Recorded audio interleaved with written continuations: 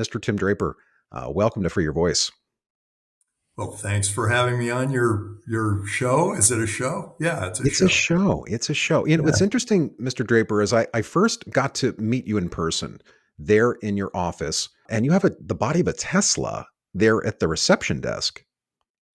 Yeah, we call it our deskla. It was a gift from Elon Musk.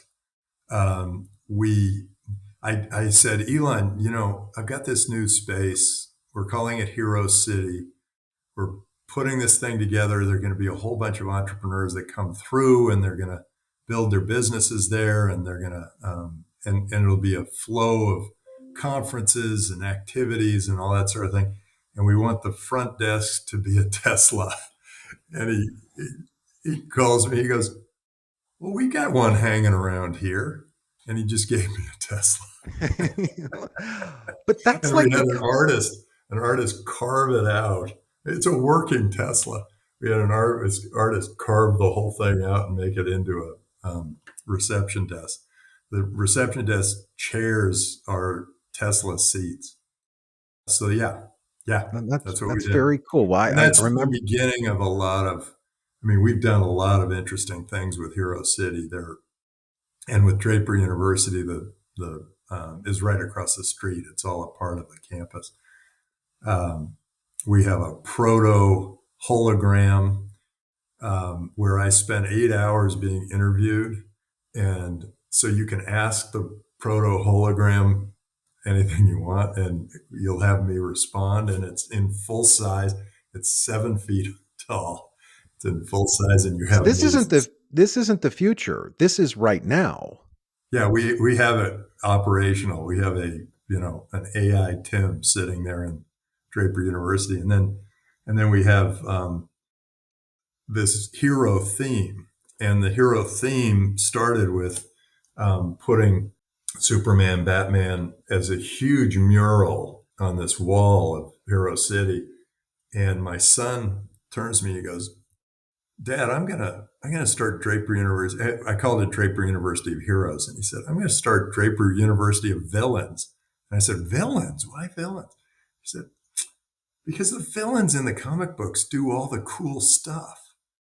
And it's like, and then I realized, yeah, it's like Green Goblin does vertical takeoff and landing vehicle, and the the lizard is a genetic engineered scientists that created it, and the exoskeleton on Doctor Octopus, and Poison Ivy's all about ag bio, and Mysterio is like a VR expert, and it got me thinking, yeah, we should do that. So we have a heroes wall on one side, and then we have a villains wall on the other side, So and it's then we have interesting. a few across the way, So and talk about that, Mr. Draper, villains, because I think what's interesting is that at least I found around the world that morals and ethics swing in the wind.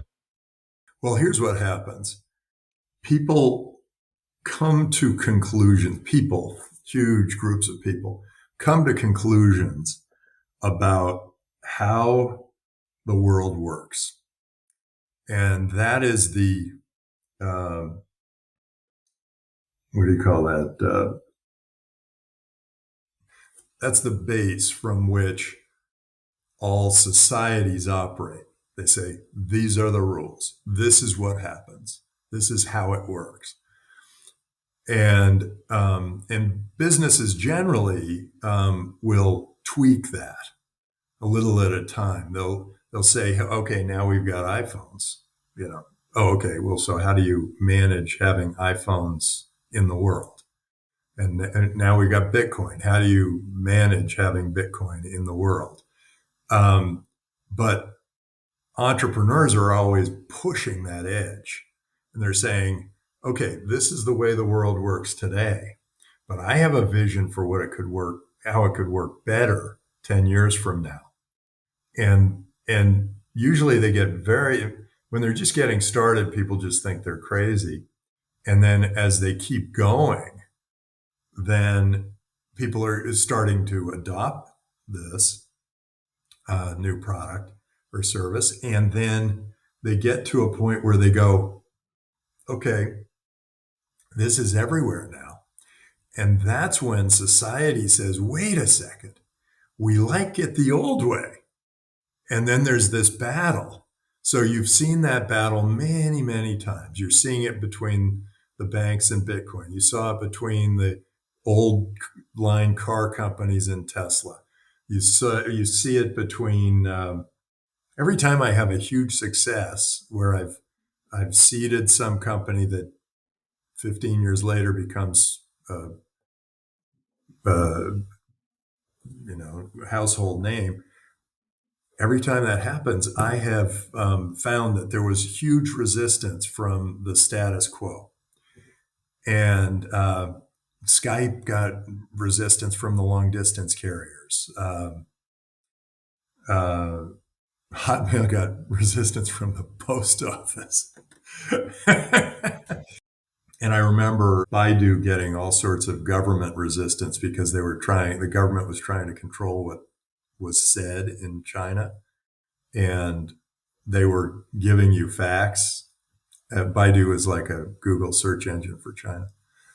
Um, so each time we've had one of these big, huge successes, when they get really big, they get huge resistance. I mean, Theranos, my God, the whole healthcare insurance government conglomerate didn't like the idea of lowering the cost of healthcare. So, Mr. Draper, you were one of the few that didn't come out and completely attack Elizabeth Holmes. You didn't. And that takes courage, sir. It takes a lot of courage to stand up when the whole world is attacking one person. Um, why? Why did you speak your mind? You could have just kept it to yourself, candidly. I think I've just got a mission, and that mission has been to spread entrepreneurship and venture capital wherever it goes. And the push there. And so I'm always supportive of the entrepreneur, somebody who's trying to improve, in her case, change healthcare as we know it. Um, in, in any chance I get, I want to be able to speak out and encourage those entrepreneurs because it takes courage to be an entrepreneur.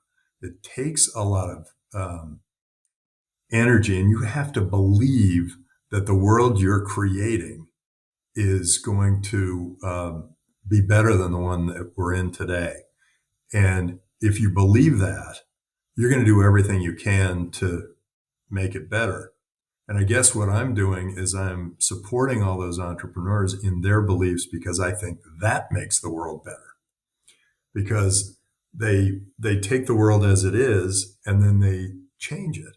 And it's not easy to change because you're up against all that inertia, all that resistance that you get from society as it is, the government, the competition, um, all the peripheral industries that are somehow related to this who are going to have to change. Um, and I get it because look, if somebody has created a career and they're doing fine and everything's great and they've taken care of their families and they're making enough money and everything's good, they don't want somebody coming out of left field changing the model and making it so that they have to do something. They have to change something to adapt to this new world. But change now with all this entrepreneurship around the world is happening so fast, faster than ever before. So that now the businesses that don't think in terms of being adaptive um, are not going to make it very far. So, talk about then. As you know, you and I both, from time to time, go to Davos during the World Economic Forum. I head there next week. Um, what do you think is happening with these entrepreneurs throughout Russia? How are they being impacted? Because I know, like you, we both hear from lots of Ukrainian entrepreneurs, um, but it's not something that can be bragged about today to say I'm Russian. So, what's happening to the entrepreneurs for no fault of their own? What are you hearing and what do you see? Because again, you're one of the few, sir, that can actually free your voice without fear, without worry. I'll tell you, these dictators, Putin and Xi and little guy in uh, North Korea and Castro, they're weak men. They have they have a real weakness, and they're charismatic, but they're weak. And a weak man tries to tell everybody what to do, and try to control everybody. And so Putin, President Xi, they are weak men, and they have really ruined the lives of billions of people. And the way they've done that is to clamp down the government on top of them. And what it really does is it says, we are not going to progress. We are going to be status quo, and we're just going to control everybody and tell everybody what to do. The strong people, the great leaders, are the ones who trust people and set them free to do great things.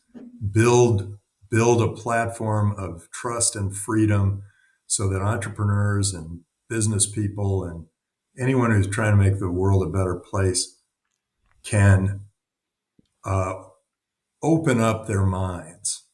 So what happens, and I felt it during the COVID times, what happens when you have a bad leader is everybody's watching each other and no one can step out of line. And so if you're an entrepreneur, you you are very depressed. You are stuck in line. You know there's a better future. You know you can do something about it, and you know that your government's getting in the way of it. And if you're in a country where it's free and open, and they're experimenting and they're trying new things, today that's Uruguay, that's El Salvador, it's Singapore under Lee Kuan Yew, and hopefully Singapore stays that way. Um, they're allowing people to experiment, to try new things, to innovate. And that's built into their thinking. They realize that a light touch, a government that just kind of creates a platform to help businesses and people live their lives, those are going to be the governments that thrive in the future. And I'm pushing very hard for Nikki Haley because I think she believes in freedom, and she realizes that all that freedom for business will grow the economy much faster, will create more jobs, and will create a strong country that nobody wants to attack. So let's go there, And Mr. Draper. I'd like to talk about Nikki Haley. And that's an interesting thing you said, in that it's almost as if that when you reach success, you become the target. And we know that from the Epstein list, people are they're trying to assume these people that connected to him, or we're connected, we're all rotten, horrible human beings. And you and I know people on that list to say that's just not true.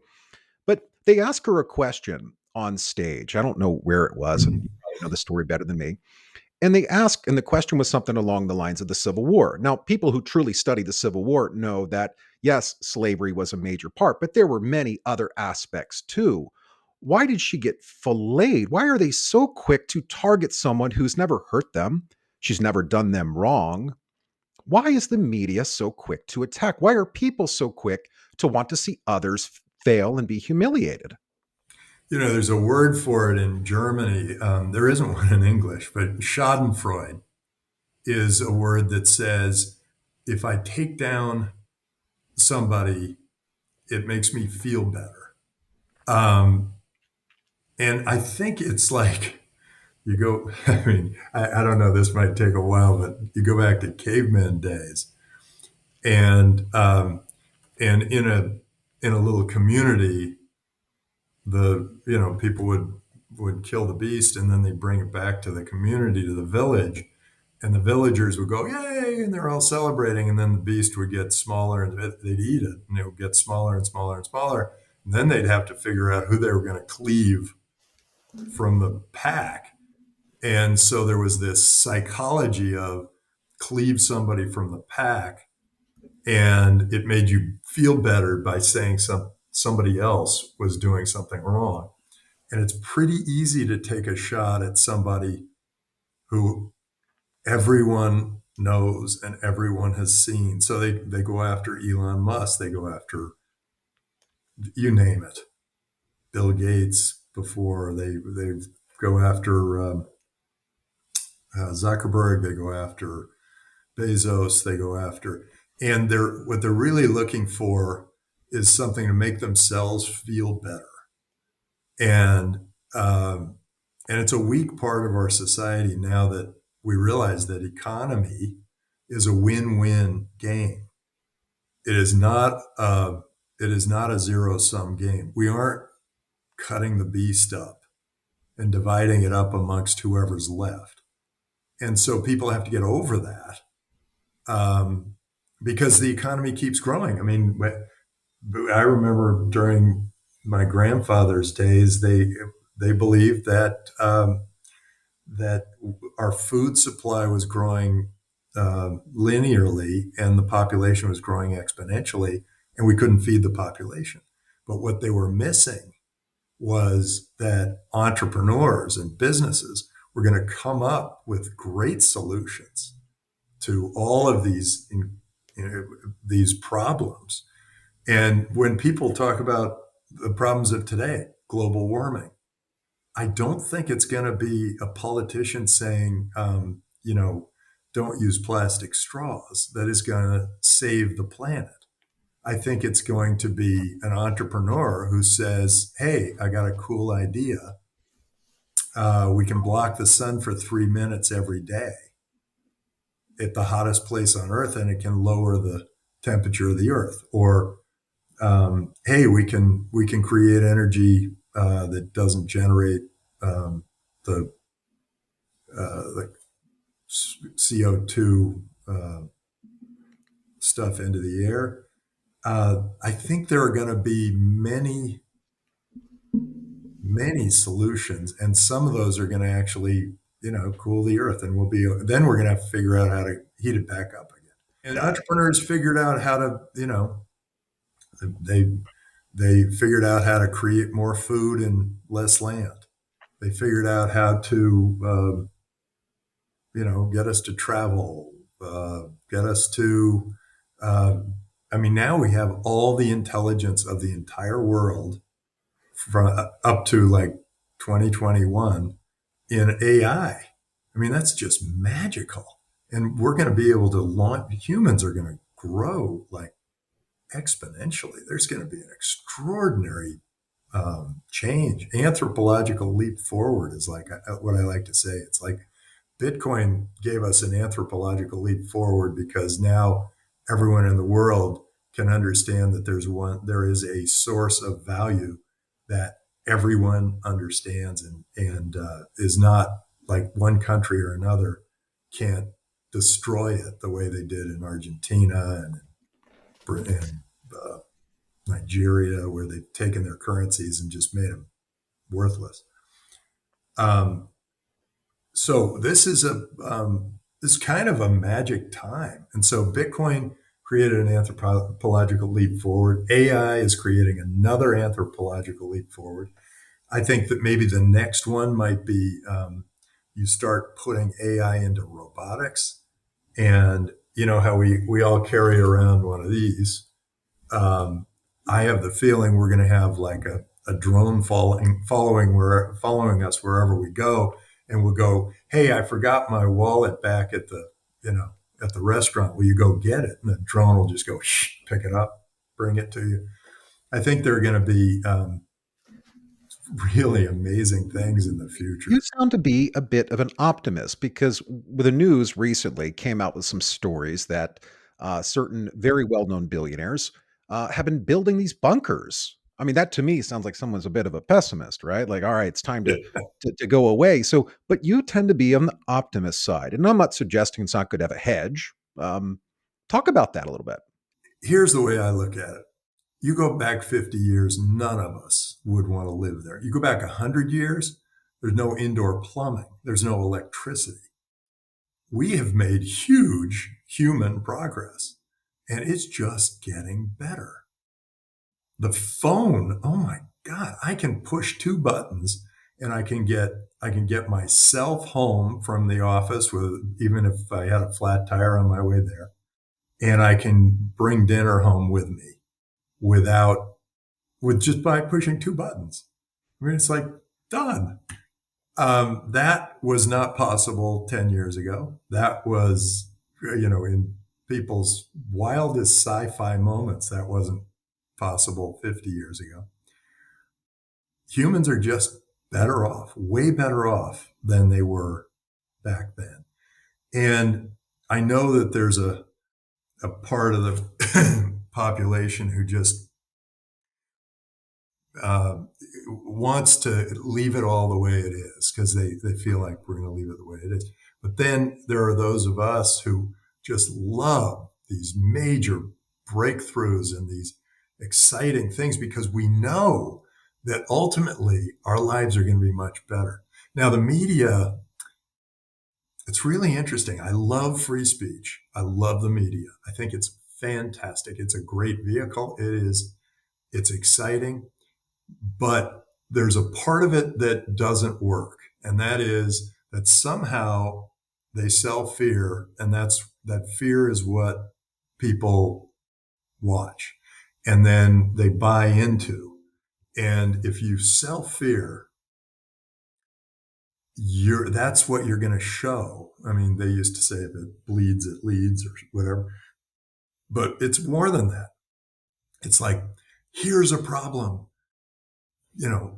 worst thing in the world, can't believe it.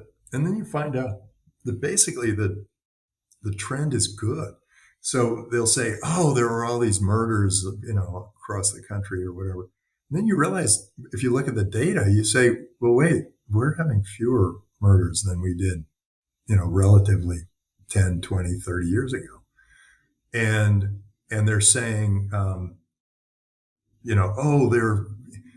and all that attracts the eyeballs. And I think there's something that's another thing we probably as humans have to get over, which is the fight or flight thing. And it's a little bit of a endorphin rush when you look and you get scared and then you realize you're okay. And I think the media has been playing on that endorphin rush. And then the other part of the media is they all tell the same story. And I thought with the internet, everybody would tell a different story. I was so wrong. I thought with the internet, this is going to be fantastic. We're going to break up the monopoly of ABC, NBC, CBS, and we're going to be able to see all these people, and they're all going to create different news shows with different news and all sorts of optimistic scenarios. But somehow you get one story and it's a centralized story, and that's all that anybody wants to talk about.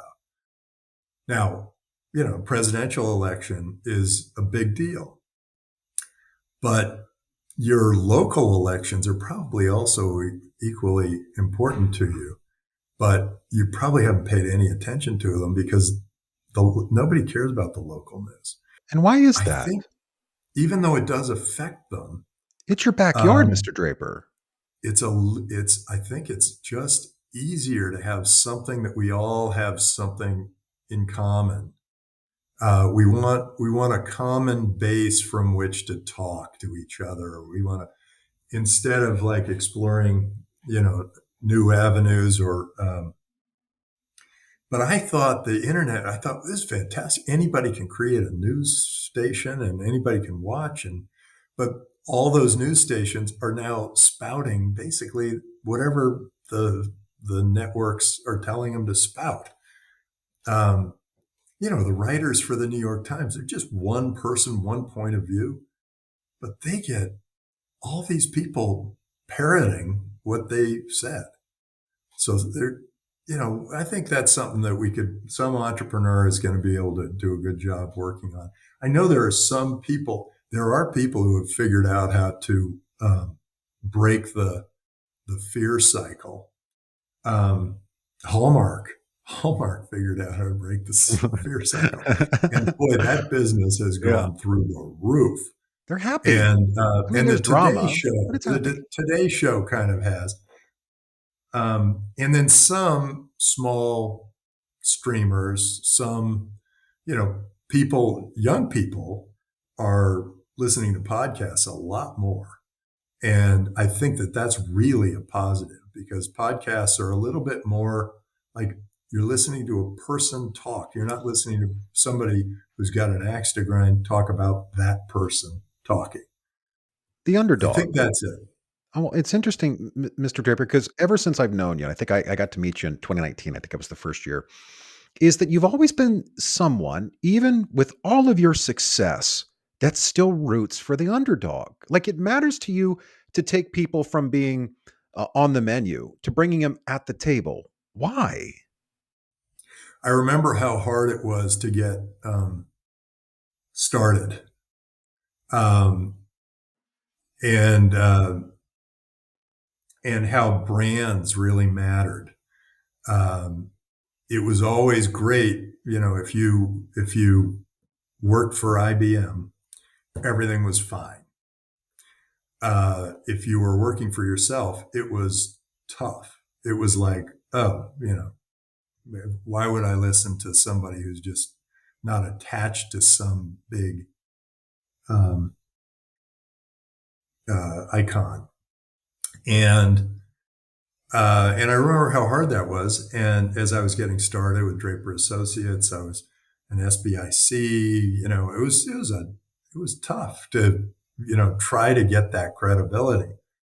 And and I remember thinking, you really, if you're an entrepreneur, you really only need one person to believe in you, other than you and your mother.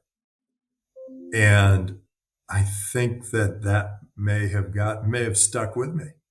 And I've always liked the underdog. There was, there was another thing.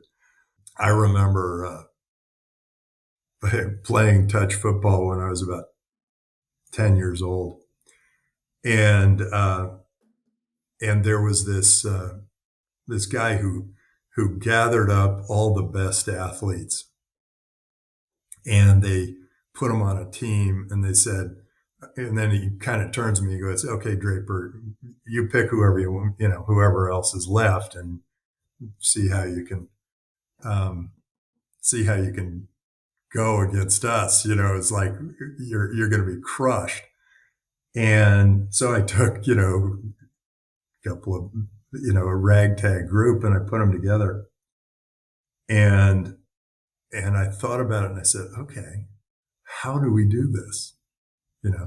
They're faster, they're better, they're whatever. How do we do this? And um, and we came up with some plays that no one had ever seen, and we beat them. And I thought, yeah, it's the big institutions are not always right. The other thing is, I got arrested once for something I hadn't done, and I was about 12. And I thought, even the government doesn't always know what's right. He eventually let me off and realized I wasn't the guy, but I was just wearing the same kind of jacket as some guy who had broken some lockers. And I thought, well, even the government doesn't always know what's right. And so I had to start thinking for myself. And I think that that's important. I think that was important for me, for my career. Thank you so much, Mr. Draper, for freeing your voice with us. Great. Thanks for having me. That was really fun.